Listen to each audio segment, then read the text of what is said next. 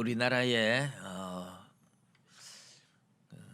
이 탄광이라든지 뭐 이렇게 지하에나 건물 더미에 매몰돼 가지고 다 사람들이 죽었을 것이라고 생각을 했는데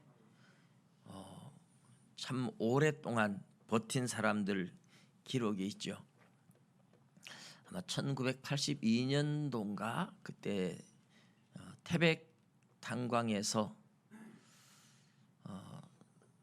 345시간 15일 정도를 매몰돼 있다가 구출된 역사가 있습니다.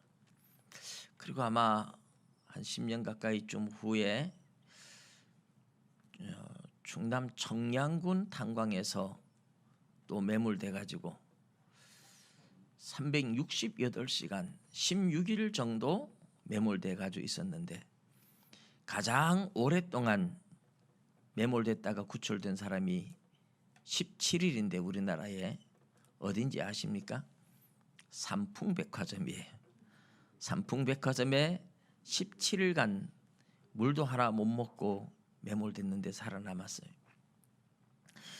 그런데 이제 그거보다 더 유명한 사건이 세계적으로 보면 69일 동안 매몰돼 있다가 살아난 사건.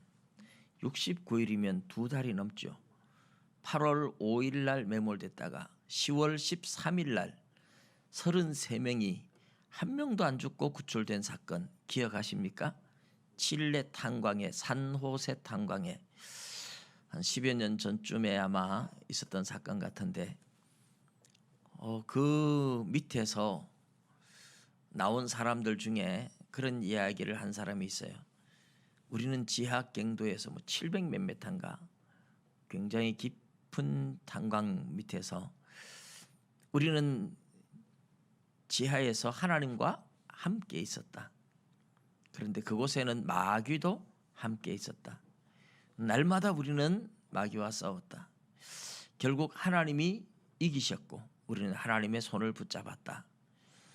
그러면서 지금 아내가 있을 때 자녀들이 있을 때 아내의 이름을 부르고 자녀의 이름을 부르고 마음껏 사랑하라고 하는 그런 말을 남긴 사람도 있었습니다. 근데 이 지하 갱도에 33일 갇혔다가 나온 사람들이 나가면 제일 먼저 누구를 보고 싶었겠어요? 아무래도 가족이었겠지만 그 사람들은 누구를 제일 먼저 만났겠습니까? 구출받아서 제일 먼저 올라온 사람과 함께 포옹하고 기쁨을 나눈 사람은 칠레 대통령이었습니다. 대통령까지 나와서 69일 동안 매몰되어 있는 그 사람들 구출 현장에서 대통령이 나와서 있다가 가장 먼저 구출되어서 나올 때에 대통령이 가서 끌어안아줬어요. 그때 뉴스가 전 세계적으로 엄청나게 아주 화제거리가 되었고 기사거리가 되었었죠. 우리나라도 그때 아마 기사가 매일 칠레 산호세 탄광 이야기로 가득했던 기억이 납니다. 그렇게 오랫동안 죽음 속에 있다가 거의 스스로 살아날 가능성이 전혀 없는 지하에 갇혀 있다가 그리고 나와도 다 건강하고 한 사람만 폐렴 증세 좀 있다가 고침받고 이랬었던 빛을 오랫동안 못 봐서 빛에 노출되지 않게 서서히 노출하는 그런 건 있었습니다만은 그 사람들이 가장 먼저 만나고 지하에 갇혀 있다가 가장 많이 생각나고 나오면 가장 먼저 보고 싶은 사람 아무래도 가족이 아니겠습니까? 근데 요즘은 이제 우리 청년들이 군에 갔다가 제대를 하면 제대할 때 제일 먼저 보고 싶은 사람 사실 옛날 같으면 다 부모님을 제일 먼저 보고 싶고 이런데 요즘 청년들은 친구들이 제일 먼저 보고 싶고 그래서 집에 와도 부모님 안 보고 친구 만나러 먼저 가고 이제 시대가 이제 그런 시대 같아요. 근데 제일 먼저 보고 싶은 사람, 아무래도 제일 사랑하는 사람이고 제일 애정이 있는 사람이겠죠. 우리 예수님이 십자가에 못 박혀 죽으셨다가 부활하시고 가장 먼저 만난 사람, 그게 이제 막달라 마리아라는 사람이에요. 그리고 오늘 본문에 엠마오로 가는 두 사람을 만난 이야기도 나오고 있습니다. 제가 마가복음 설교를 하면서 1절에서 8절을 건너뛰었죠. 부활절에 가서 작년 부활절에 마가복음 설교를 하다가 확 건너뛰고 16장 1절에서 8절을 했기 때문에 제가 요 본문은 나중에 건너뛸 겁니다. 이래서 건너뛰고 이제 오늘 부활의 증인들에 대해서 나누고 있습니다. 기억하시는지 모르겠지만 작년 부활절에 마가복음 16장 1절에서 8절은 이미 설교를 한 거예요. 그래서 오늘 우리가 9절에서 13절까지 내용을 보는데 이 짧은 내용 속에 막달라 마리아를 예수님이 만나신 장면과 시골로 걸어가던 두 사람을 만난 장면. 근데 이 시골로 가는 두 사람은 누가복음 24장에 보면 엠마오로 가던 두 사람이라는 것, 이거는 뭐 분명히 하죠. 두 사람 시골로 갈 때 예수님 만난 사람은 엠마오로 가던 사람밖에 없으니까. 근데 이 마가복음 16장 9절에서 마지막 20절까지 요 내용은 마가가 기록하지 않았을 것이라고 생각하는 사람들이 굉장히 많아요. 제자들 중에 누군가가 나중에 이것을 기록해 가지고 붙였다. 그래서 너무 이제 부활하신 예수님에 대한 것과 다른 복음서들은 다 예수님의 승천과 최대 지상 명령을, 전도하라고 하는 명령을 남기고 갔는데 그걸 기록했는데 마가는 기록하지 않고 남겨서 누군가가 써서 붙였을 것이라고 보는 사람들이 많아요. 그렇게 생각하는 이유가 뭐냐 하면 예수님 가시고 나서 한 100년까지 그때 기록되어 있던 사본들 속에 요 9절에서 20절이 없어요. 원본은 없잖아요. 원본은 성경 원본들은 지금 하나도 찾을 수 없는데 사본, 성경을 옮겨 서기관들이 옮겨 적었는데 그 옮겨 적은 사본들 가운데 오래된 사본들, 1세기 사본들은 거의 다 여기 없어요. 그리고 이제 2세기 초반부터 사본들이 만들어진 2세기 초반 사본들은 여기에 들어가 있어요. 그래서 처음에 마가가 기록할 때는 이 부분은 없었는데 나중에 누가 기록해서 넣었을 것이다. 그렇게 이제 학자들이 대부분 생각을 합니다. 충분히 그럴 수 있다고 생각을 하지만 그거는 뭐 그렇게 중요한 건 아니에요. 요 뒷부분을 누가 기록해서 첨가를 해도 이것 역시 하나님의 성령님께서 감동해서 첨가하게 했을 줄로 믿습니다. 그래서 똑같이 권위를 가진 성경이라고 말할 수 있는 거죠. 그리고 이 뒤에 첨가된 이 내용들이 짧게 첨가되었지만 마태복음이나 누가복음이나 요한복음에 있는 내용들과 똑같은 내용들이기 때문에 문제될 것도 전혀도 없을 뿐만 아니라 굉장히 중요한 내용을 오늘 본문에 담고 있어요. 그래서 이것은 정말 하나님께서 성령으로 감동해서 굉장히 우리에게 중요한 교훈을 주고 있다 하는 것을 알 수 있습니다. 자, 오늘 이제 막달라 마리아가 안식 후 첫날 이른 아침에 예수님 살아나셨는데 7 귀신을 쫓아내어 주신 막달라 마리아에게 먼저 보였다. 이제 다른 복음서들을 보면 여인들이 예수님 무덤으로 갔어요. 그런데 천사들이 돌을 굴려냈어요. 그래서 이미 돌이 굴려져 있고 무덤 안에 보니까 아무도 없어요. 그래서 여인들이 이제 몇 명이 갔는데 다 떠나고 막달라 마리아 혼자만 남아서 울면서 무덤을 들여다보고 있었어요. 요한복음에 보면 근데 그때 천사들이 둘이 그 안에서 왜 우느냐? 그러니까 우리 주님을 누가 옮겨갔다고 그러면서 울다가 뒤로 돌아섰는데 예수님이 서 계셨어요. 그런데 예수님을 못 알아봐요, 막달라 마리아가. 아마 다른 모습으로 나타났다고 볼 수 있겠죠. 동산지기인 줄 알고 마리아가 뭐라고 하느냐 하면 당신이 어디로 옮겼거든 어디로 옮겼는지 말해주세요. 제가 시신을 예수님의 시체를 제가 가져가겠습니다. 그렇게 부탁을 하는데 그때 예수님께서 평소에 이 마리아를 부르던 그 음성으로 마리아야 하고 불렀어요.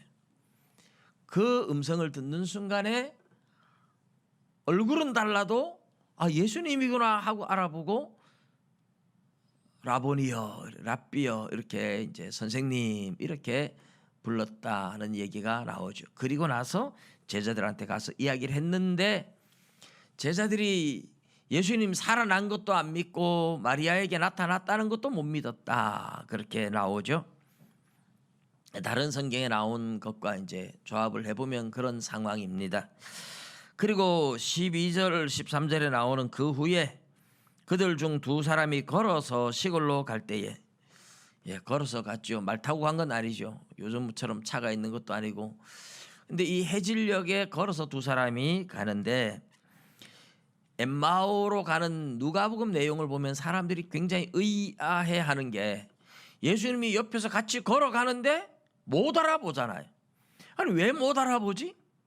예수님이 가서 막 같이 가면서 성경 다 풀어주고 하는데도 예수님인 줄 알아보지 못하는데 엠마오에 드디어 도착했는데 예수님은 더 가려고 하니까 해가 졌는데 가지 말고 우리와 함께 하루 묵고 가라고 그래가지고 예수님을 초청했는데 식사 자리에서 예수님이 떡을 떼실 때에 축사하시고 떡을 떼는 그 장면에 이거 예수님이네 이렇게 알아보는 거예요. 왜냐하면 평소에 예수님과 늘 함께 할 때 예수님이 했던 그 모습 그 행동이 그대로 나타나거든요. 여러분 우리가 멀리서 비슷비슷한 아이들이 있을 때 저 아이가 남의 집 아이인지 우리 집 아이인지 잘 못 알아볼 때 행동하는 거 보면 자가 우리 틀림없다. 그 행동에서 나타날 때가 있거든요. 아마 느끼셨을 거예요. 아이들 키운 엄마들은 다 그런 경험했을 거예요. 걸음걸이가 우리 아이다. 걷는 모습도 다를 수도 있어요. 그런데 예수님의 모습을 바로 알아본 거예요. 예수님이네 하고 눈이 열려서 알아보는 순간 예수님이 사라졌어요. 그러니까 더더욱 예수님이라는 걸 알게 되죠. 부활하신 예수님이 아니라면 사람이 눈앞에서 갑자기 연기처럼 사라질 수 있습니까? 없잖아요. 귀신이 아니면 불가능한 얘기고. 그런데 예수님이 분명히 같이 이야기하고 식사하고 했으니까 예수님이구나 하고 엠마오에 갔던 두 사람이 막 그 해가 졌는데 예루살렘으로 달려와서 시보리쯤 되는 한 6km 정도 되니까 그 밤에 올라와 가지고 제자들한테 가서 주님을 만났다. 근데 역시 믿지 않았대요. 오늘 본문은 역시 믿지 않았다 하는 이야기를 하는데 이 믿지 않을 때 이제 예수님이 그 자리에 나타나서 제자들을 책망하는 내용이 누가복음에는 나옵니다. 오늘 이 마가복음에는 거기서 이제 끊어지는 셈인데요. 자, 오늘 우리는 이 마리아, 막달라 마리아와 엠마오로 가던 두 사람에게 나타난 예수님의 나타나심과 또 다른 모습으로 나타나심과 믿지 못하는 제자들의 모습, 우리는 이 내용의 한 세 가지 중요한 교훈을 받을 수가 있습니다. 첫 번째로는 예수님이 나타난 사람, 가장 먼저 만나준 사람이 누구냐 하는 거죠. 제가 서두에 탄광에 매몰되었다가 다 죽음에 갔다가 살아난 사람들이 누구를 제일 먼저 만나고 싶겠느냐 했던 것과 똑같은 원리라고 생각을 해요. 우리 예수님이 만난 사람들은 가장 예수님을 사랑하고 사모하고 그리워했던 사람들이다 이렇게 볼 수 있어요. 사실 어떻게 보면 예수님이 키웠던 12명의 제자가 있잖아요. 이 12명의 제자한테 제일 먼저 나타나야 되는 게 정상이 아닐까요? 그렇게 생각할 수 있잖아요. 베드로, 요한, 야고보, 안드레, 빌립, 도마, 마태, 바돌로메 전부 다 제자들, 중요한 제자들인데 베드로나 요한이나 야고보나 이런 제자들한테 먼저 나타난 게 아니라 막달라라는 동네에서 살던 마리아에게 가장 먼저 나타났다. 이 막달라인 마리아는 7 귀신을 예수님이 쫓아냈는데요. 마리아의 입장에서 보면 7 귀신이 들려가지고 자기가 완전히 귀신에게 사로잡혀서 살아갑니다. 우리 마가복음 4장이나 마태복음 8장에 보면 잘 나오는 군대 귀신 들린 사람이 귀신에게 사로잡히니까 쇠고랑을 묶어놔도 끊어버리죠. 힘도 좋아요. 그리고 돌을 가지고 자기 몸을 상처를 내고 피를 흘려요. 벌거벗고 무덤 사이에 드나들면서 과음을 치르고 어떻게 살겠어요? 근데 귀신 들린 사람이 미쳤다고 해서 자기 정신이 없는 게 아니에요. 자기 정신은 있어요.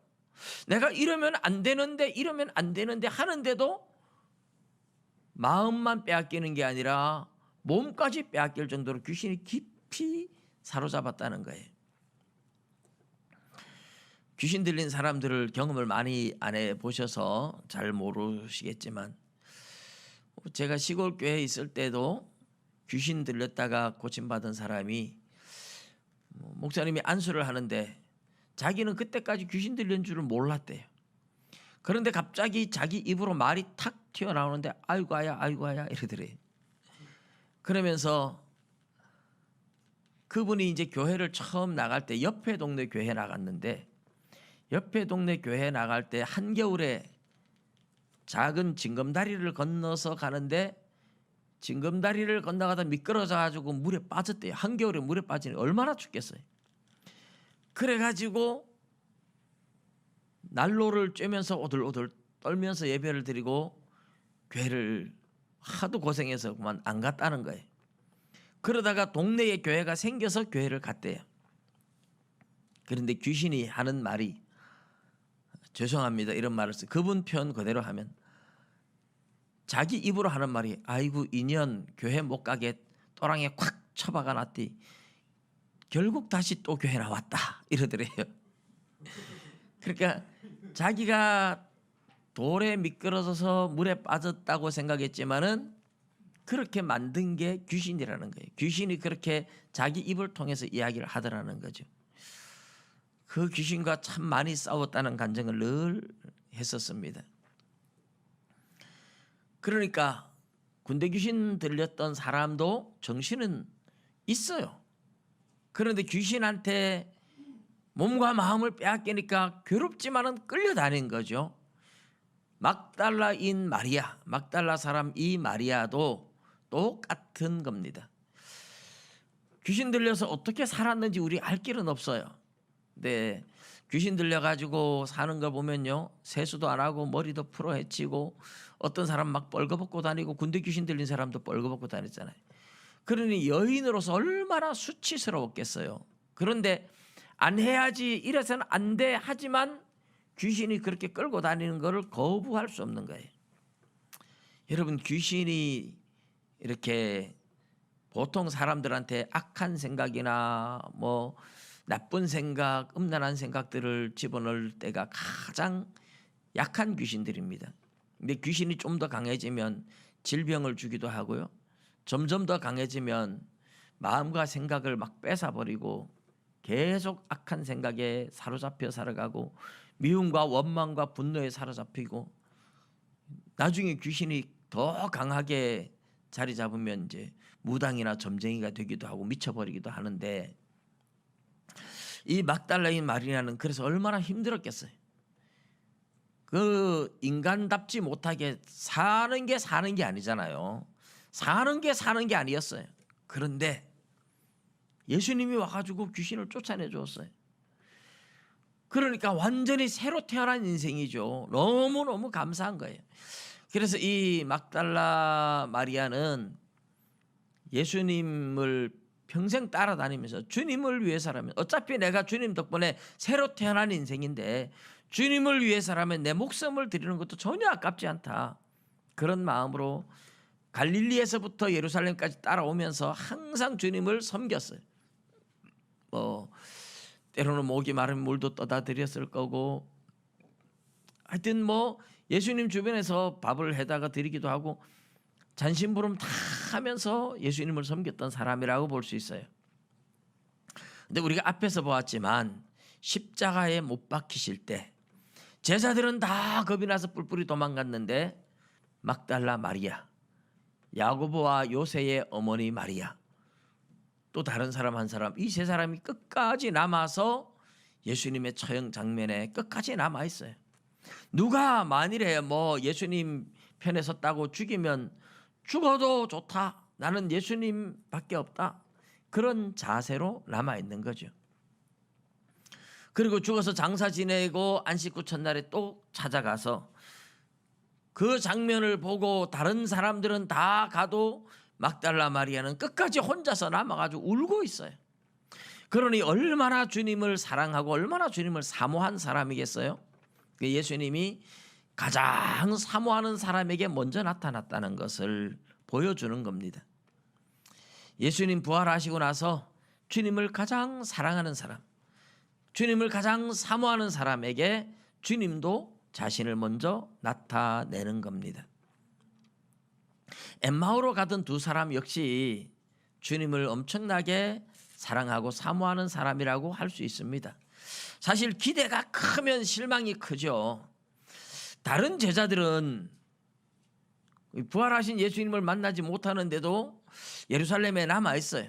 고향도 안 가고 남아 있고, 그렇다고 적극적으로 무덤에 가고 이런 것도 아니고 어정쩡하게.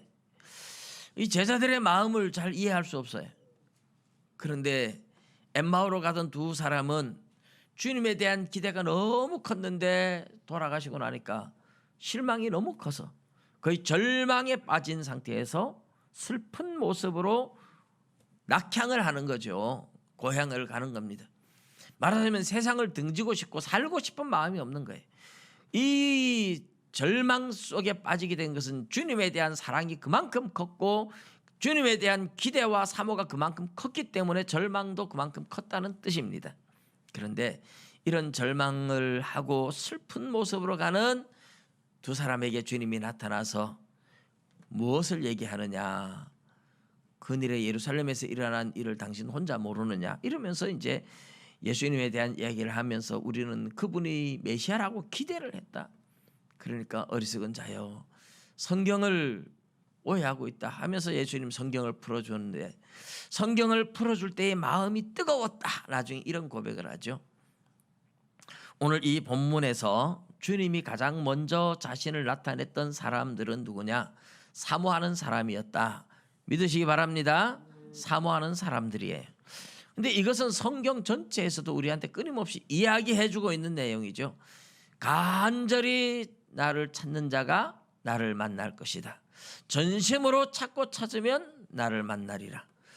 온 힘을 다하여 주를 찾는 자들에게 능력을 베푸신다. 부르짖는 자들에게 응답하겠다. 사모하는 영혼을 만족하게 해주겠다. 전부 다 성경에서는 그런 이야기들이. 주님을 만나려면 어디를 가야 만납니까? 은혜가 넘치는 기도원에 가면 만납니까? 그런 게 아니에요. 성령 충만한 어떤 곳에 물론 도움이 좀 되겠지만 그런데 간다고 다 만난다는 거 아니에요.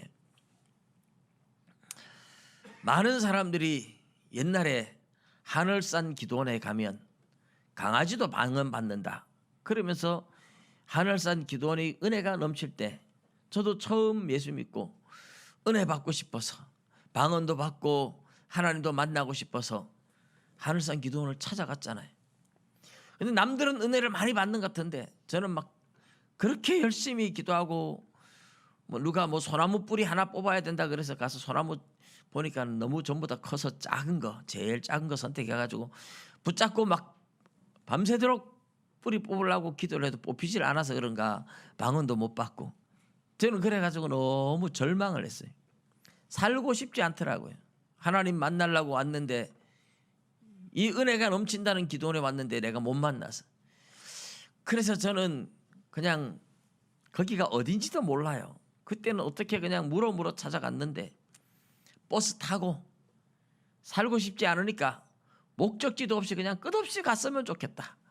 그리고 버스 타고 계속 갔는데 종점까지 왔다고 내리라는 거예요. 그래서 내려보니까 바로 앞에 뭐 동물원이 하나 있더라고요. 아마 과천에 갔던 것 같아요.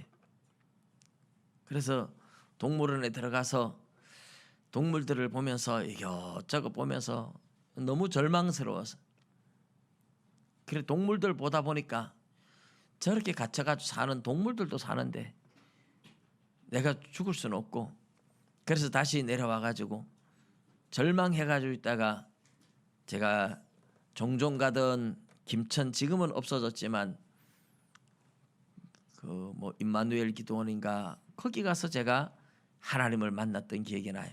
많은 사람들이 은혜가 넘친다고 하는 그런 곳에 간다고 하나님을 만나는 게 아니에요.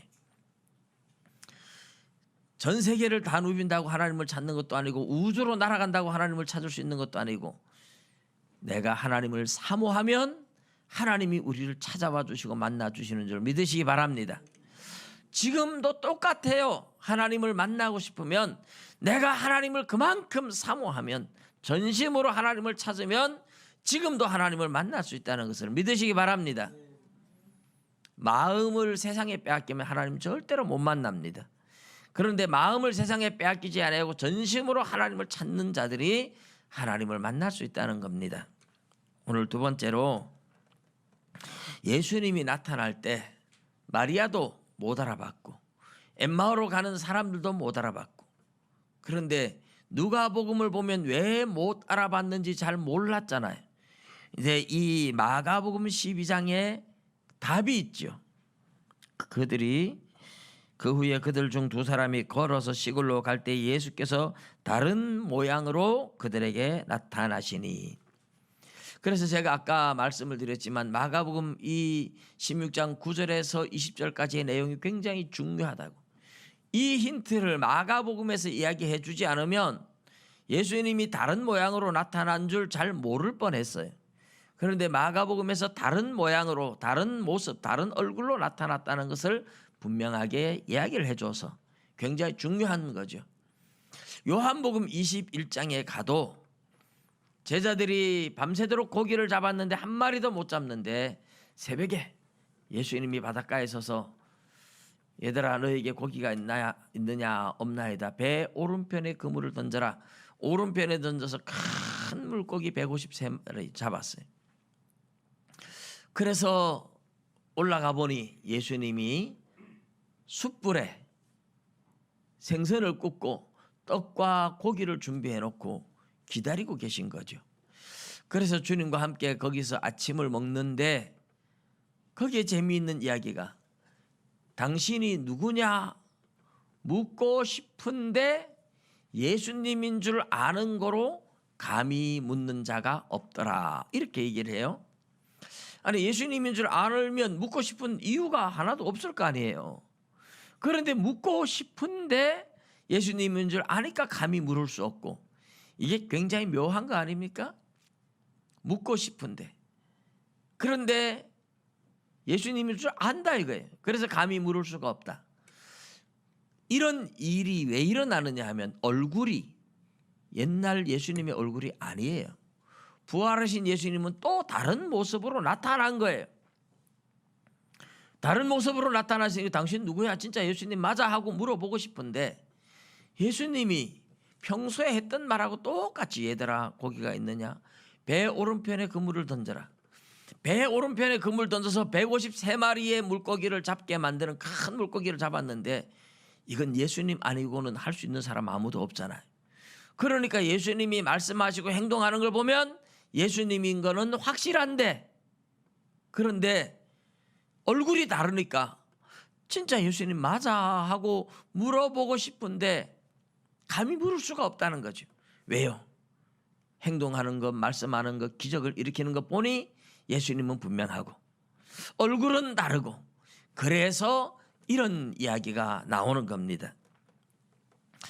제가 이 이야기는 우리 교회에서 몇 번 설교도 하면서 이런 이야기를 했을 줄 압니다만은, 우리 예수님께서 부활하시고 나서 자꾸만 다른 모습으로 나타나는 이유가 분명합니다. 부활하시고 나서 40일 동안 이 땅에 계시다가 40일 만에 하늘로 올라가시고, 하늘에 올라가서 열흘 후에 오순절에 성령을 부어주셨잖아요. 그러면 40일 동안 이 땅에 계시는 동안 제자들한테 뭔가를 훈련하는, 훈련의 목적이 있었던 겁니다. 무엇을 훈련하느냐? 두 가지 훈련이었는데, 하나는 예수님께서 제자들한테 두려워하지 마라, 내가 너희와 항상 함께 있겠다, 늘 말씀해요. 그런데 눈에 안 보이니까 여러분, 믿음으로 주님이 오늘 여기에 우리와 함께 계심을 믿습니까? 그런데 믿는다고 말은 하는데 속으로 못 믿는 사람 많잖아요. 행동하는 걸 보면 못 믿는 사람이 되게 많아요. 진짜 예수님이 내 눈에 보이면 행동을 함부로 하지 못하겠죠? 그런데 내 눈에 안 보이니까 없는 것처럼 생각하니까 말도 함부로 하고 행동도 함부로 할 때가 많다는 거예요. 눈에 안 보이지만 있다고 믿는 믿음을 가져야 되는데 못 믿는 거죠. 그래서 예수님이 눈에 안 보이지만 계속 그들과 함께 있다는 것을 교훈하는 겁니다. 갑자기 문을 다 걸어 잠궜는데 예수님이 그들 가운데 서서 너희에게 평강이 있을지어다.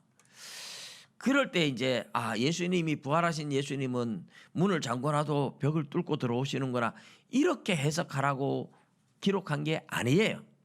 문을 잠궈놨는데도 예수님이 거기에 있었다, 이 말은 눈에 안 보였을 뿐이지 여기에 계속 함께 계셨다, 이렇게 해석하라고 문 잠궜다는 얘기를 하는 겁니다.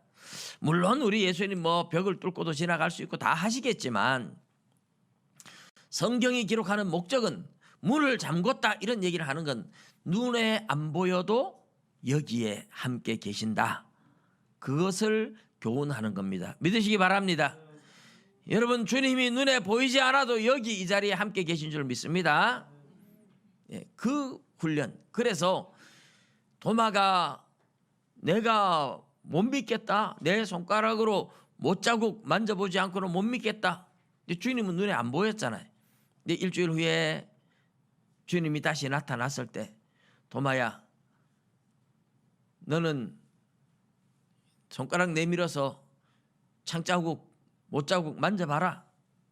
그리고 믿음 없는 자가 되지 말고 믿는 자가 되라. 그러면서 너는 나를 본고로 믿느냐, 보지 못하고 믿는 자들이 더 복이 있다, 이런 말씀을 할 때 도마가 깜짝 놀라죠. 나의 주님, 나의 하나님이십니다. 그러면 도마가 그렇게 내 손가락 넣어보기 전에 나는 못 믿겠다 이럴 때 주님이 안 보였죠? 없었죠? 그렇지만 없었던 것이 아니라 그 자리에 안 보이게 있었다는 뜻이죠. 이런 훈련을 여러 번, 한 10번 정도 주님이 나타나시는데, 나타날 때마다 주님은 다 알고 계세요. 내가 너희들을 말하고 생각하고 행동하는 거 내가 다 알고 있지 않느냐. 너희들 눈에는 안 보이지만 내가 너희들과 항상 함께 있었다. 그래서 눈에 보이지 않지만 항상 함께 하신다는 약속을 지키고 있고 항상 함께 계신다는 것을 교훈해 주셨던 것을 믿으시기 바랍니다. 두 번째로는 다른 얼굴, 다른 모습으로 나타나는 거죠. 이 굉장히 중요한 원리지요. 마태복음 25장에 세 가지 비유가 나오는데, 하나는 기름 준비하고 신랑을 맞으러 나간 10처녀, 등불 가지고 나간 처녀, 5은 기름을 가지고 5은 가지지 않았던 지혜로운 처녀와 미련한 처녀 비유가 나옵니다. 깨어있어라. 그 다음에 두 번째로는 14절부터 25절까지는 달란트 비유가 나옵니다. 달란트 비유는 하나님 앞에 재능대로 받은 달란트, 하나님의 교회에서 충성을 다하라는 교훈을 주고 있는 거예요. 그리고 이제 마지막 부분이 양과 염소 비유인데, 오른쪽에는 양, 왼쪽에는 염소를 두고 양들에게, 성도들을 양과 염소로 이제 비유를 한 거죠. 양과 같은 성도들한테는 내가 가난할 때, 아플 때, 감옥에 갇혔을 때, 헐벗었을 때, 굶주렸을 때 너희들이 나를 도와주었다. 그래서 우리가 언제 주님을 그렇게 도와주었습니까? 하니까 예수님 하시는 말씀이 여기 내 형제들 가운데 하나에게 한 것이 곧 나에게 한 것이다. 이렇게 말씀을 하시는 거죠. 그리고 염소에게 너희들은 그렇게 내가 힘들고 어려울 때 외면했다 하니까 우리가 언제 주님을 외면했습니까? 하니까 역시 지극히 작은 자 하나에게 한 것이 곧 나에게 한 것이다. 이렇게 말씀을 하세요. 그러면 주님이라고 도와준 게 아니고 형제 중에서 가난한 어떤 사람을 내가 도와주었는데 가난한 모습으로 주님이 나를 찾아왔다는 뜻이죠. 실제로는 뭐 주님이 안 찾아와도 주님처럼 생각하고 도와주라는 의미가 되는 거예요. 그런데 주님처럼 생각하라고만 말하면 사람들이 주님이 아닌데 뭘 주님처럼 생각해 하고 안 도와줄 수도 있고 외면할 수도 있으니까 제자들한테 주님은 계속 가난한 어떤 자의 모습으로 다른 모습으로 나타나는 겁니다. 봐라, 내가 가난한 자의 모습으로 내가 다른 얼굴로 너희들을 이렇게 찾아왔지 않느냐. 내가 항상 너희들한테 언제 찾아갈지 몰라. 다른 사람의 얼굴 모습만 바꿔가지고 내가 너희들을 항상 찾아갈 수 있어. 이거 교훈하는 거예요. 그래서 성도들은 가난한 이웃이 찾아왔을 때나 낯선 사람이 찾아왔을 때도 혹시 주님이 이런 모습으로 찾아왔을지 모른다. 그 생각을 하고 외면하면 안 된다는 뜻입니다. 중국에 선교했던 한 분의 간증을 보았는데요. 이 선교사님이 이제 한국에서 처음에 은혜를 받고 그 나병 환자 촌에 가서 처음에 목회를 했어요. 전라도 어디에. 그런데 너무너무 막 냄새가 힘들고 이래가지고 참 힘들었대. 그런데 거기에서 할 때 너무 힘든데 동네에 나병 환자 할아버지 한 사람이 매일 찾아와서 가까이 하면서 이것도 뭐 하고 저것도 하고 가르치기도 하고. 근데 그 할아버지하고 있는데 막 냄새가 너무 역겨워서 하나님 앞에 기도를 했대요. 냄새 좀 안 나게 해달라고. 근데 그 할아버지 몸에서 냄새가 꽃향기처럼 너무 아름답게 나더라는 거죠. 그런데 이제 이 분을 정말 극진히 대접을 했는데 그리고 사라졌어요. 그 할아버지가. 그래서 자기를 찾아왔던 이렇게 생긴 나병 환자를 그 마을에서 어느 집에 사나 싶어서 찾아보니까 없어요. 그래서 이상하다 싶어서 다 찾아봐도 없어요. 동네 사람한테 물으니까 우리 동네 그런 사람 없다고 하더래. 그 사람은 누구였을까요? 이 나병 환자들 촌에 가서 적응하지 못하는 이 사람을 적응할 수 있도록 찾아왔던 주님이었다. 그분은 그렇게 믿을 수밖에 없죠. 저도 그렇게 믿습니다. 지금도 주님은 낯선 사람의 모습으로 한 번씩 우리를 찾아올 수 있다는 겁니다. 우리 예수님은 계속해서 부활하신 후에 다른 모습으로 나타나는 것이 내가 언제든지 가난한 자의 모습으로 내가 병든 자의 모습으로 너를 찾아갈 수 있다. 그래서 약하다고 가난하다고 병들었다고 무시하지 말고 나를 대하듯이 섬겨주고 사랑해줘라 하는 교훈을 하고 계셨던 겁니다. 믿으시기 바랍니다. 오늘 이 본문에서 이제 가장 두드러지게 우리에게 딱 보여주는 것은 마리아가 전에도 엠마오에 갔던 두 사람이 전에도 제자들이 듣고도 믿지 아니하니라. 믿지 않았다는 거예요. 듣고도 믿지 아니하니라. 그리고 그 다음에는 알리었으되 역시 믿지 아니하니라.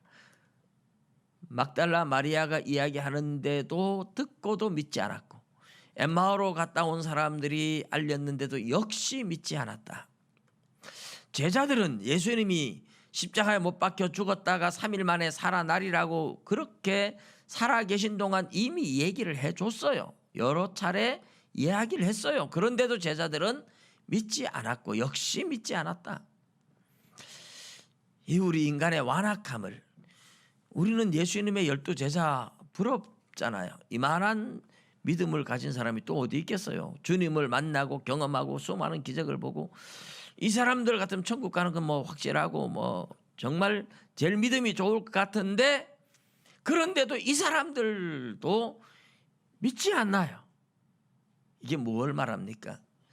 제자들 12사도 3년 동안 예수님을 따라다닌 제자들조차도 어쩔 수 없다는 거예요.